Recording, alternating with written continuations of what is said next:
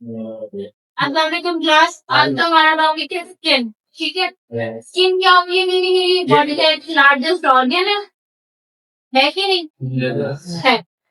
अगर हम स्किन की फंक्शंस की बात करें तो ये क्या करती है? हमारे बॉडी को प्रोटेक्ट करती है जर्म से, इंजरीज से। ठीक है, और क्या करती है? एक्सेसिव लॉस प्रिवेंट करती है, बॉडी का टेम्परेचर रेगुलेट करती है, और सेंसेशंस जैसे कि टच है, पेन है, हीट है, उसमें हेल्प करती है। ठीक है, उसके बाद जो विटामिन डी है उसको भी प्रोड्यूस करवाती है। ठीक है, अगर इस स्किन की स्ट्रक्चर की बात करें तो इसमें 3 लेयर्स होती है, एपिडर्मिस, डर्मिस और हाइपोडर्मिस। ठीक है, जो आउटर मोस्ट लेयर होती है, जो कि सुपरफिशियल होती है, आपको अपनी बॉडी पे नजर आती है, वो एपिडर्मिस है। ठीक है, इसमें क्या होती है? कोई भी ब्लड वेसल नहीं होती।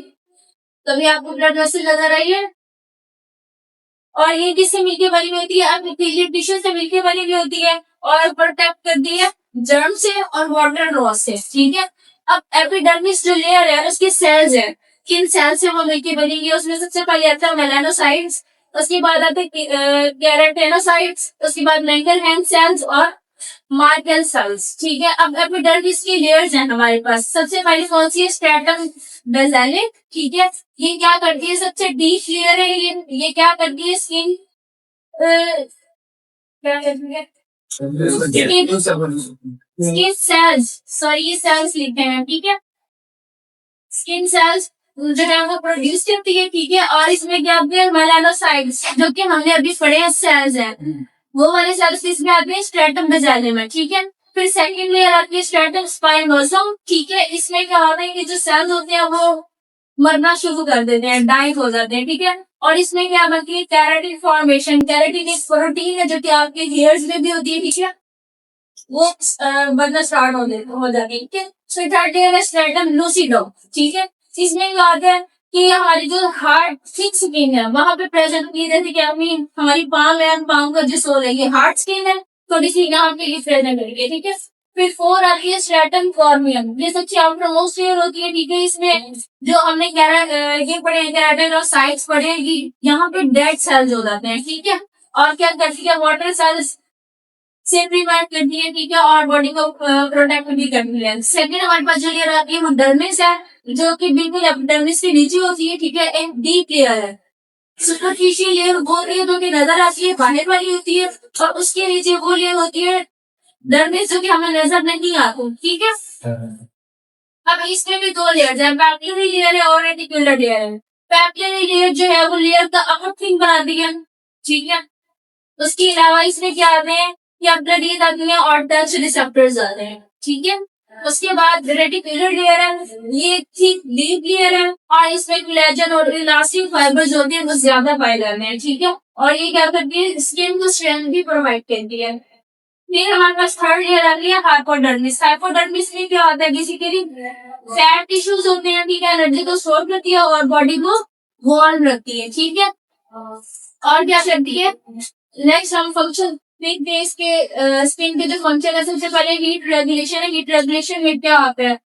स्वेट इवेपोरेट्स, आपकी बॉडी ने स्वेट प्रोड्यूस किया तो उसके बाद बॉडी कूल डाउन हो गई। ठीक है, फिर आता है हमारे पास अब्जॉर्प्शन। अब्जॉर्प्शन में अगर आप देखें तो बहुत सारी ऐसी मेडिसिन होती है जो कि स्किन के थ्रू हम बॉडी में इंजेक्ट करते हैं। ठीक है, तो मेडिसिन अब्जॉर्ब होती है स्किन के थ्रू। ठीक है, सिक्रेशन आती है जिसमें सिनेशियस ग्लैंड्स होते हैं, वो क्या करते हैं? ऑयल।